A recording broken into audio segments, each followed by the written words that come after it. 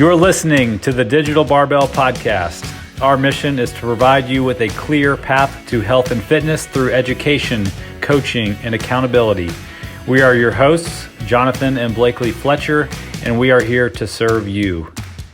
If you like what we're doing, please subscribe to this podcast and leave us a 5-star review so that we can reach more people. You can find us daily on Instagram and Facebook at Digital Barbell. Now, let's get to today's topic.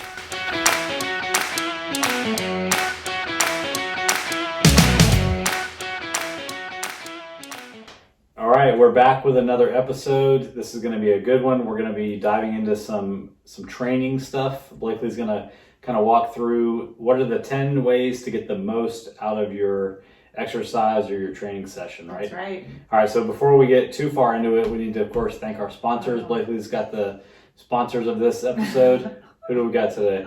Idaho. We're sponsored by The state of Idaho. How did we land that deal? Because we came here, we knew nothing about Idaho. I didn't really know anything about Idaho before I came here. We're from the South, and I think that it has really changed our perspective on Idaho. Yeah, I think. And we can share it with others. That's true. Everybody who's come here to visit is like, oh, Idaho. Okay. Idaho. I thought I was going to Iowa. I didn't know where it was. I didn't know anything about it. And, it's got some pretty good features. Yeah. And I'd say one thing that I'm noticing is I've always been I get pretty tan easily. And I am that was one fear I had about living in Idaho. Was I'm going to be so pale in Idaho.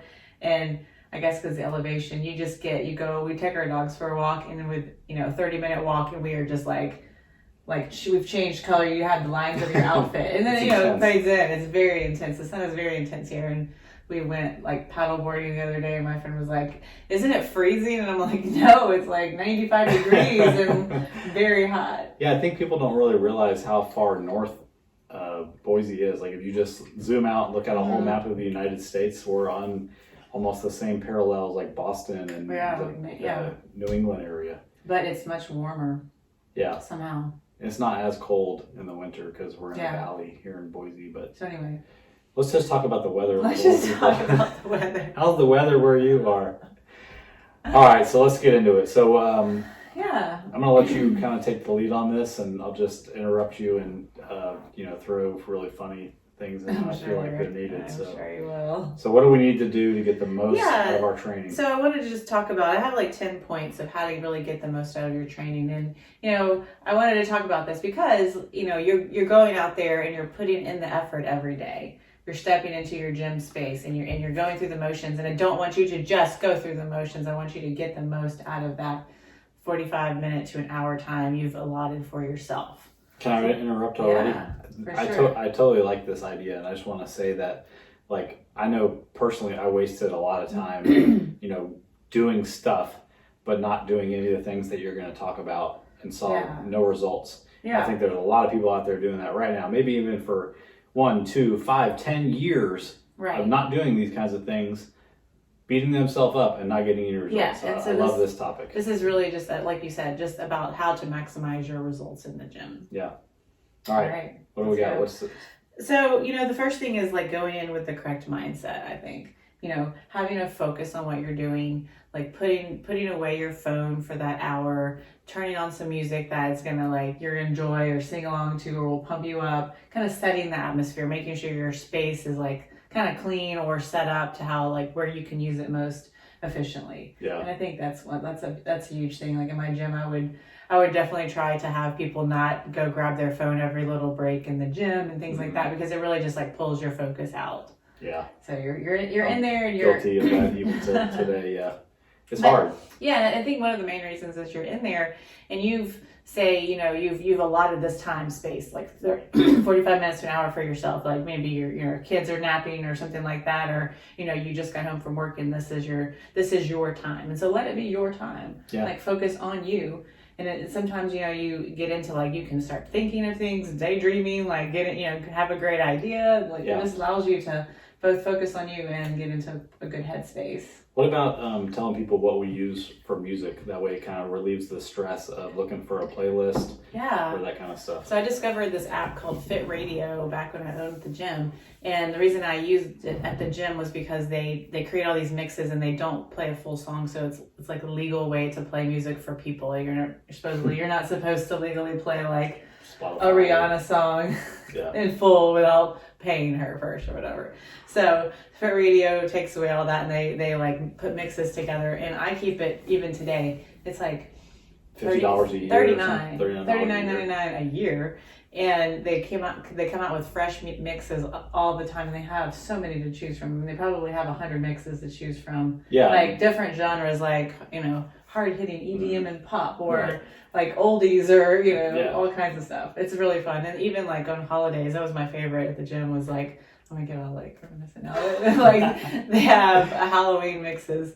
So 4th of July. Well, the Halloween mixes, I would play those like October 1 through like it was no longer available. Thanksgiving. No Everybody was like, they had like spooky little sounds come in. It's really fun. All right, so that's a good suggestion for people. Fit Radio. FIT Radio. Yeah.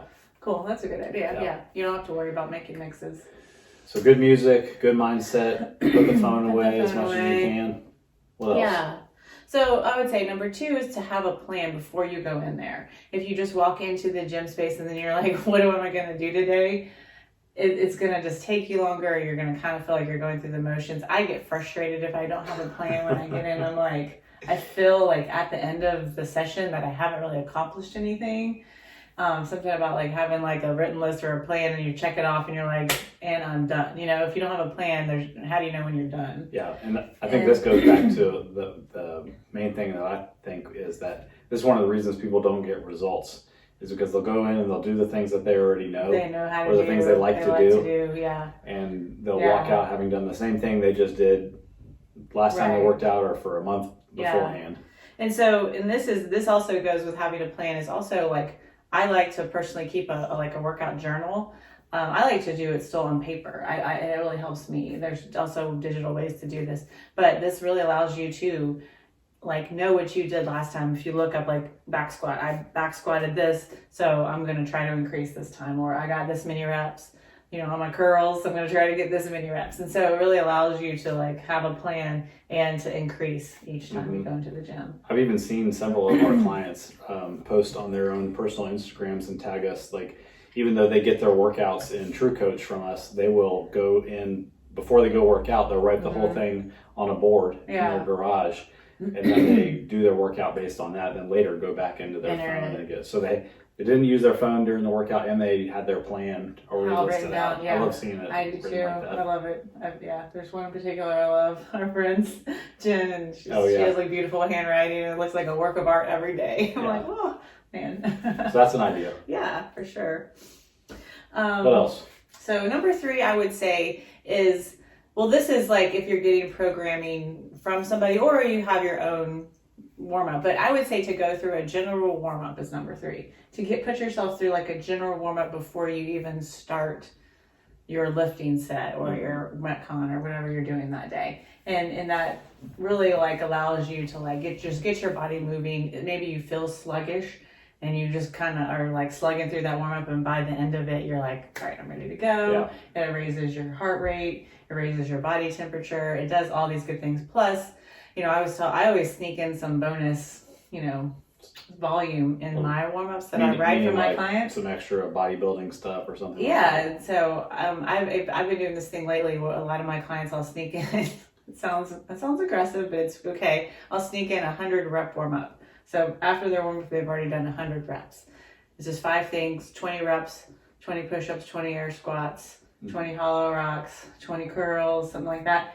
But you've done 100 reps before you even start, moving, and you feel pretty good after it, and it takes less than 5 minutes. This is a great way to, like, if you have a body part that you feel like is a weakness, or, whether that's a visual weakness or a physical weakness, like to actually sneak in quite a bit of volume over the course of the week to bring that body part up. For sure. Like, for example, if you're working on pull-ups, put pull-ups in your warm-up every day. You can vary them. You can do ring rows, you can do inverted rows, you can do banded rows, you can do seated rows.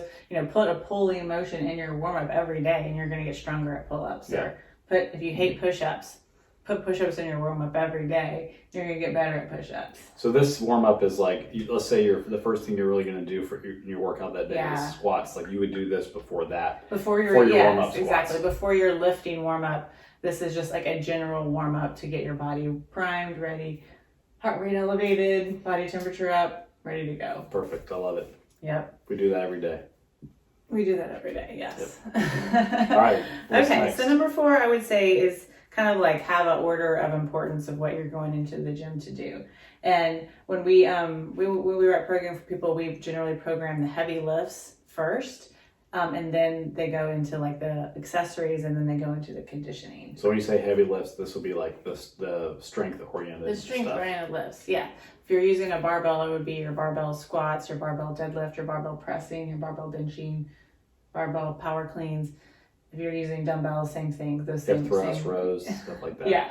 So heavy stuff. your heaviest strength set first, then your accessories, and then your conditioning. This isn't it. Just like as a general rule, if you have like a different goal in mind, like if you're training for something where you're like, you need to be like an endurance based, I would do your conditioning first. Whatever your priority is, but this is like a general sense. If you're just out there for like general fitness, it makes the most sense to do your big lifts first. You have the most energy that first thing when you first go into the gym. Yeah, all of our general population programs for general fitness follow that. So let me back this into the last thing then. So say I do my general warm up, and then my first lift is a back squat. Okay, What are you going to back squat today? You're going to do 3 sets of 5 reps. 500 pounds. I know, for real. Last weight I did was 250. Okay, so he's done his general warm up, and his back squat is 250. How are we going to warm up to 250? So we're not going to, by any means, put 250 on the bar and squat it. We're not that warm, and we're not going to even put 135 on the bar and squat it yet. So what I would have people do was do 10 reps with an empty barbell, and then go down in reps as you go up in weight. Do like a 5, 3, 2, 2, 2, 1 kind of rep scheme as you go, about like 55, 65, 75, 85 to 95% of your working weight. Right. It's like kind of the general. So as it gets heavier, guideline. you do less reps. As it gets heavier, you do less reps. You don't want to wear out your body for that working set, but you do want to go through these reps to warm up your body, to warm up your full range of motion, make sure everything's feeling okay. I know there's been several times where you're warming up and you're like, something doesn't feel right today, maybe I'm not going to do this weight, right. Or, that's what get you all the mentally time. prepared. Get you mentally prepared to get under that bar. Yeah. Feel something heavy before you actually have to do it. So for any lift, and for my clients, I will write them a little, for my custom clients, I'll write their warm-up weight so they know exactly what to do, like for each set to get warm. So very important. I like it. All right. So we got our priorities in order of importance. Yeah. And what? So number 6 would be moving for quality. So what does this mean? What does move for quality? Moving for quality means that, like, each thing that you do, you're putting your effort into it. So say you're doing dumbbell curls, you're not just kind of like going like this with your dumbbell curls, like swinging around. Yeah. Like you're moving for quality. You're like what you're supposed to be working, what muscle group you're supposed to be working. You're kind of concentrating on that lift. I think one of the terms you hear a lot of like bodybuilding people use is you're making the mind and muscle connection. Like you're visualizing the muscle that's you're using to move the weight, and then you're actually visualizing, feeling it as you're doing it. Like you're making that connection. You're making sure you're not compensating with other things, and you're making sure the muscle is getting activated and getting the work done that you want it to get done.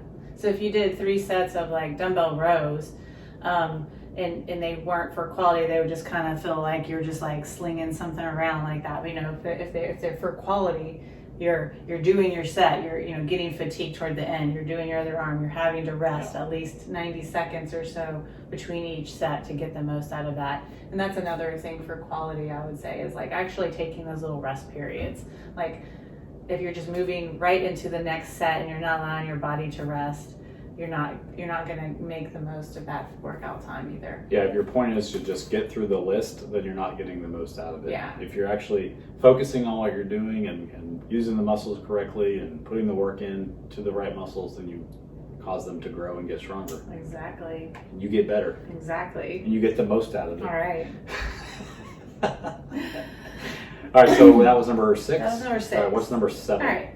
So, that was number 5. That was number 5. What's yeah. number 6? Number 6 is bringing the intensity. Bring the heat. Well, actually, so I just kind of went into this a little bit, but one of the things we were just discussing is that rest period. So taking enough rest between sets. So I write this down. I write this in the notes for my clients, but we recommend at least 2 minutes or more on your like heavy barbell lifts, and we recommend, depending on the movement, 60 seconds to 90 seconds on the accessories. And sometimes that can feel like a long time. So people, I know, when I was coaching in the gym, I would see people like you don't want to take that rest period, get it done, but it really does benefit you. Yeah, I think like the research says that, as far as rest periods go, you should rest long enough so that you can put in a maximum amount of effort into the next set. We use things like supersets and short rest periods for a couple different reasons, like both to speed up the time that a workout takes, or to get a desired stimulus out of using antagonistic muscles like back and forth quickly. But if you're really trying to use the most muscle and push a muscle to its furthest in each set, you want to get it as close to recovered as you can. And it doesn't mean you need to take 30 minutes between sets. You'll completely flush out the effects of using the muscle, but enough to where you think you can put in most all of your effort into the next set. That's how you get the most out of it. And so we're talking about our strength sets or accessory sets. Right. We're not talking about the conditioning right now. Right. So this would be like your squats, your deadlifts, and like your barbell curls and rows and tricep extensions and stuff like that. Yeah, all the part A and B stuff of the workout if you're doing your conditioning last. Mm-hmm. So do you want to describe hard sets? We use the term hard sets a lot in our programming. So somebody will look at their list of things to do and they'll say like dumbbell rows, 3 hard sets. So what does hard sets mean? So hard sets are sets of an exercise that are taken to about 2 reps before failure. And the research shows that this activates the most muscle fibers. And when you activate the most muscle fibers, you cause the most strength improvement and muscle gain, assuming that you recover, with sleep and exercise. So that's why we push to those levels. And there's a number of hard sets that are optimal to do per muscle group per week, but that gets into how old of a trainer you are. I don't mean in age, but like how long you've been training. That's called your training age. So if you're a novice lifter, you don't need as many hard sets per muscle group per week. But then as you get more and more intermediate and advanced, you just need more total volume, more total hard sets during the week. So this is kind of like a learning experience for people to go through. Sometimes we we'll kind of guide them in the beginning, or we have some videos that we show them, like here's what a hard set looks like. A demo of likely doing something. It's not when you go to failure and your form breaks down. Once you get to a point where you feel like your form is about to break down, you've done enough. That's the end of your hard set. So it's not going to failure, and it's not going to the point where your form is broken down. I would say when I first heard about this hard set idea, because it was new to me when we started kind of going into the bodybuilding side of things. You don't do hard sets in CrossFit, so it was a new term to me. And I was like, it sounds to me like if you're giving somebody directions and you're like, I'm 4 houses before the stop sign. Like, well, I got to get to the stop sign and then back myself away 4 houses. But, as you do these hard sets, you start to learn what it feels like to stop before you get to failure. Yeah. And another way you'll see this written, and sometimes I write this in some of my clients' programs, is on a scale of 1 to 10 called RPE, stands for rate of perceived exertion. So a 10 on an RPE scale would be, I could not have done 1 more. I went to failure. Mm-hmm. So a hard set, having said that, it's about 2 reps before failure, would be an RPE 8. You probably had 2 reps left in the tank. Now, I mean, nobody can quantify whether that was exactly right or not. Yeah, because you didn't actually do that extra 2 reps. Right. But the point is, you're pushing the muscle to about that range of intensity where you get the best results. And the best indicator is speed of the lift. Mm-hmm. So say you're doing some floor press and you're going through and your speed is good, and then you're starting to feel it slow, you're kind of grinding out one, and the next one grinds out even slower.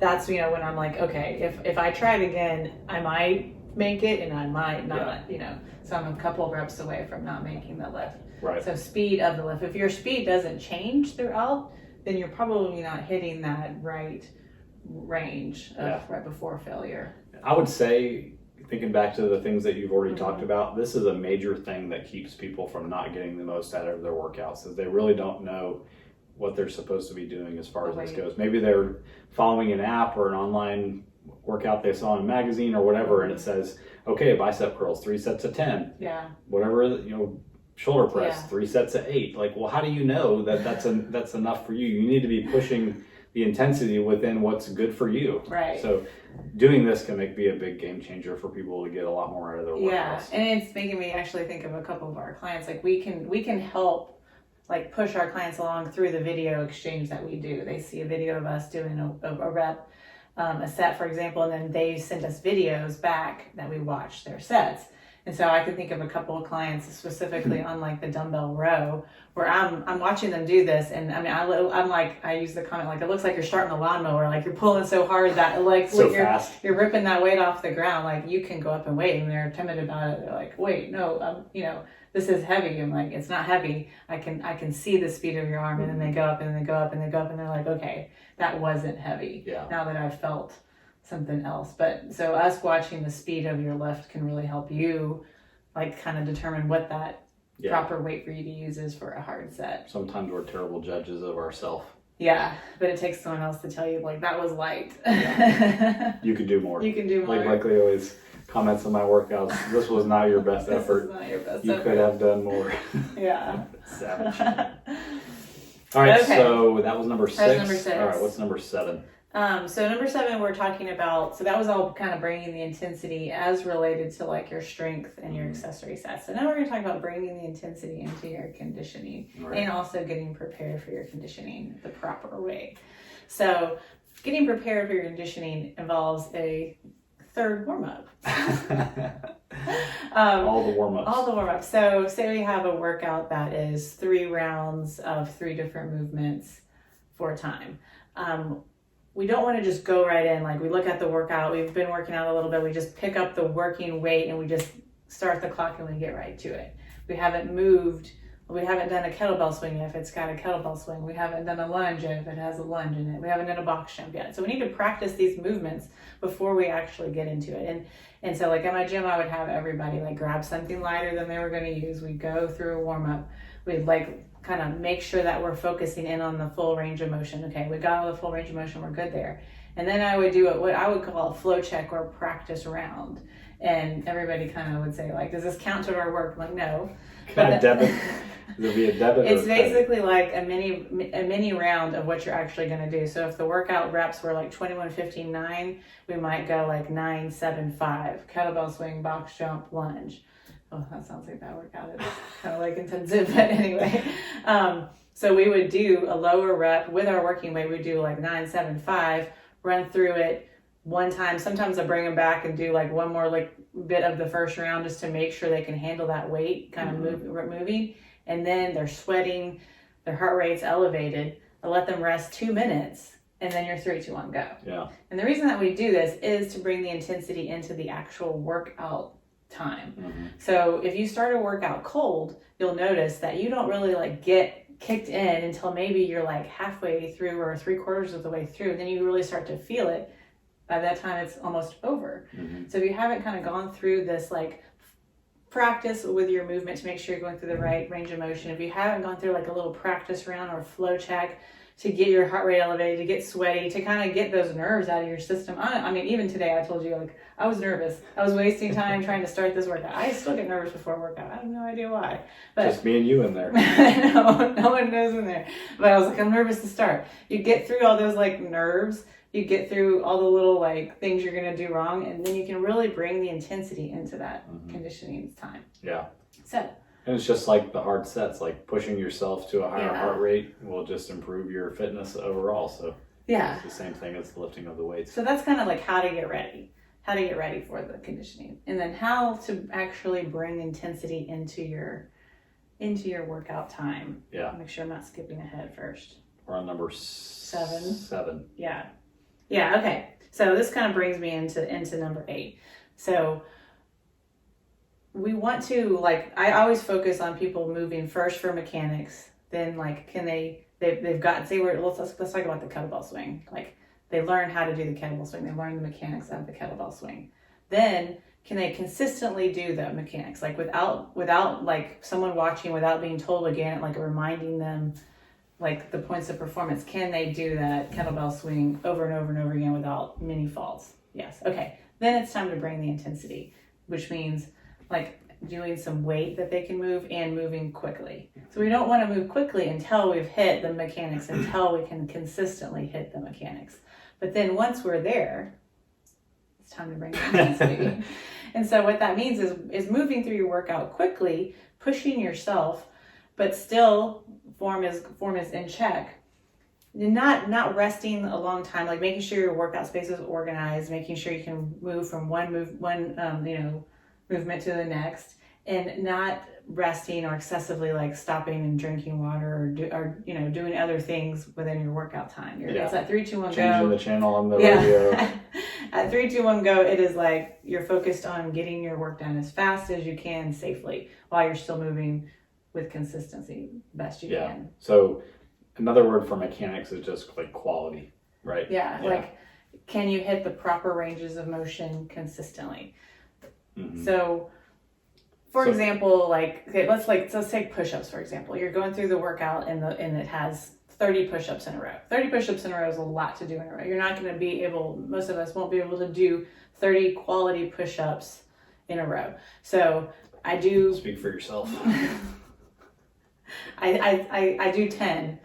I sit on my knees. I don't stand up or get up. I shake my arms out. I get like kind of ready. Then maybe 10 to 15 seconds has gone by. I get back down on the ground. Maybe I can only do 7 that next set. And then I start to feel myself, like my form breaking down. I do the same thing. I get on my knees, I shake out my arms, take 2 breaths, and then I get back down. And then I do 5. I'm chipping away at these reps. I'm making sure that the form stays perfect for all 30, taking quick little breaks, shaking out my body. And it's okay that the rep count is going down. Something like push-ups, for example, will always usually with your arms, the rep count will decrease as you fatigue, but it's okay. You're just chipping away at that. You're not going to change your form. You're not going to I can't do these anymore. I'm going to drop to my knees. Or I'm going to just let my back arch. Yeah, just slug through these and let's get it. So you don't want to get to that point. That can injure you. Plus you're not really getting the benefit of the movement. It's just like swinging your arms on a dumbbell curl. You're no longer doing the right exercise. Yeah. So we don't want to change the movement. We just want to let our body have that second to rest and then go right back to it. Yeah. One little trick I used to use with people at the gym would be so we're in the middle of a Metcon, and kind of to teach them how to rest. Tell everyone what Metcon is. The conditioning, sorry. Yeah, the conditioning element of the workout. We're in the middle of our conditioning workout, and if they needed to rest, I'd have them walk to a spot on the floor, walk back, and pick the weight right back up. So, maybe this was only 15 feet. Maybe. Yeah, 15 feet. They walk to a part in the floor, come right back, pick up that kettlebell, and go right back to it. If they need another break, they do that. Walk to their spot, walk right back, and go. And so what that did is it kind of timed their rest cycle. If you just rest on your own, you might just stand there. I'll go when I feel like going. You might take a couple of breaths, you might look around, see what everybody else is doing, and by that time a minute might have gone by. So if you kind of do these little tricks to keep yourself moving. I can think of if you're doing a bunch of burpees in a row or something like that, and you get to the point where you're feeling very out of breath, and you decide after you finish this one you're going to rest until you have your breath, and then you're going to keep going. Well, you're never really going to feel rested enough to just keep going. So an example of that trick would be pop up, decide you're going to take 3 deep breaths, and then go regardless of how you feel. And that's another way just to keep you moving than just standing there waiting to feel motivated to start again. Because motivation in the middle of a bunch of burpees doesn't often come. Yeah. So why do we talk about intensity though so much? It's one of the things that drives results. It's kind of back to the people that spin their wheels for years and years and years and years. Yeah. Because they never brought any intensity to either their conditioning.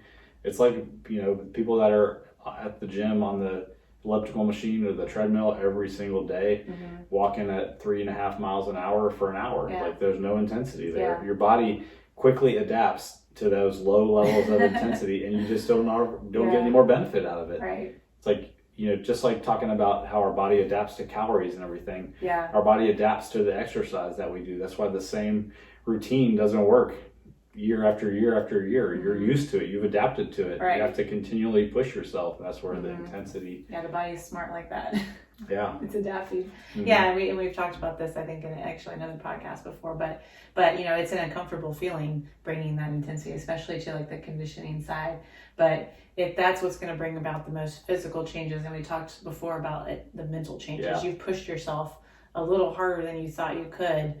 And then when you're done, you're like, wow, I did that, and then tomorrow you do it again. And then the next day you do it again. And like a year from now, you've done that, 300 times, and you're just like, I'm a badass. I had the exact same conversation with a new client this week. He commented on his conditioning after he did it. He said, wow, that was tough, but I did it. Yeah. And my comment back was like, and that's part of the reason that we do it, not only for the physical effects, but now you can do hard things like that. Right. And I can continue to challenge you with stuff like that, and you'll know in the rest of your life that you can do hard things. Yeah.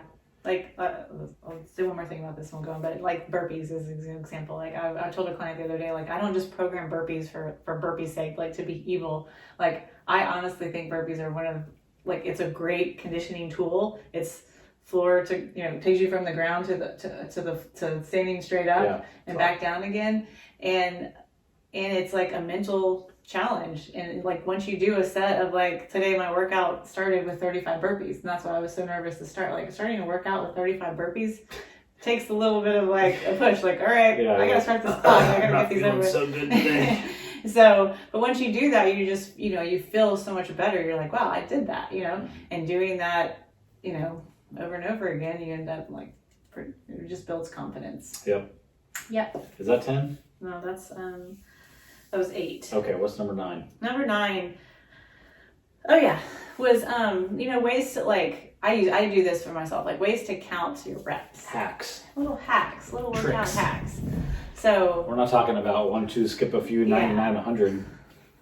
So I use little tricks to count for my reps, just to keep myself going, and it helps me like mentally, like, get through a big set. So let's take 35 burpees that I had to do today. We're still on the conditioning part, right? Yeah, okay. Yeah. Because like if you're just counting like your reps of curls, you're gonna be like, don't need tricks for that.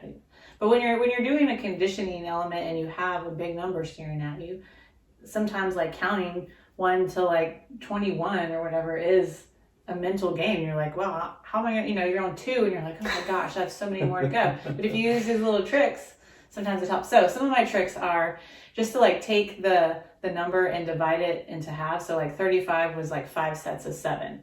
So 7 burpees was easy to do in a row. I could do 7, take a breath, 7, take a breath. Then I had to do that 5 times. So that's one little trick to do. Another thing. You said divide it in half. You mean just into different chunks, into something doable. Okay. If it's a big number like that, yeah. Another one I like to use is I personally like to go like big to small sets. So if it's 21 reps of something, I'll go 8, breath, 7, breath. That's 15, 6. So 8, 7, 6. So my big set is first. So get the big set done first. So then big breath. I've done 8 already. I can do 7. Okay, I do 7.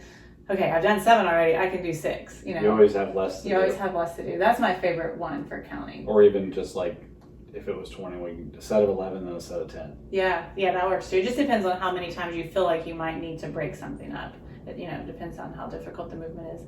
And another one I like to do is, like, I used it today. I had to do 20 of something. And counting to 20, it was like a weighted squat. Like 20 weighted squats is like, oh, like, so I go 1 and 2 and on the and is another rep. So I count to 10, but I only count every 2 reps. Mm-hmm. But by the time I get to 5, I'm already halfway. But in my head, I'm only at 5. At 5, so it just tricks me a little bit. Yeah.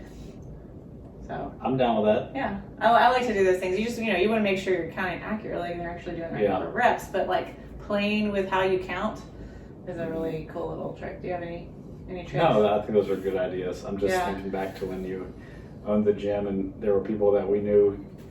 Maybe they were trying to use little tricks like that, but they were missing some reps. Maybe there was something going on. Yeah, it's like, how did you finish that quickly? That's the topic for another day. If you ain't cheating, you ain't trying. Whatever. We actually would call that a performance-enhancing rep scheme. Well, I called it that. I don't think anybody else called it that. You know who you are. Okay, last one. Number 10. To just spend like a moment as you're wrapping things up, just kind of like reflecting, maybe writing down what you did. I like to I write a little note about like my performance, like, all right, like a smiley face, or like that was great, or something about my performance or whatever. Like kind of reflect on what you just did. Like, you went out there, you spent an hour or so working on yourself, for yourself. Like take a second and be like, acknowledge like something you did really well. Yeah. So maybe make a note like, I want to work on more pull-ups in the future. And especially if you have a workout journal, you can look back and kind of remind yourself of these things. Like, I think I rested too much doing this. I think I could do more. Yeah. Or make a note like, next time add 5 pounds on my rows or whatever. Yeah.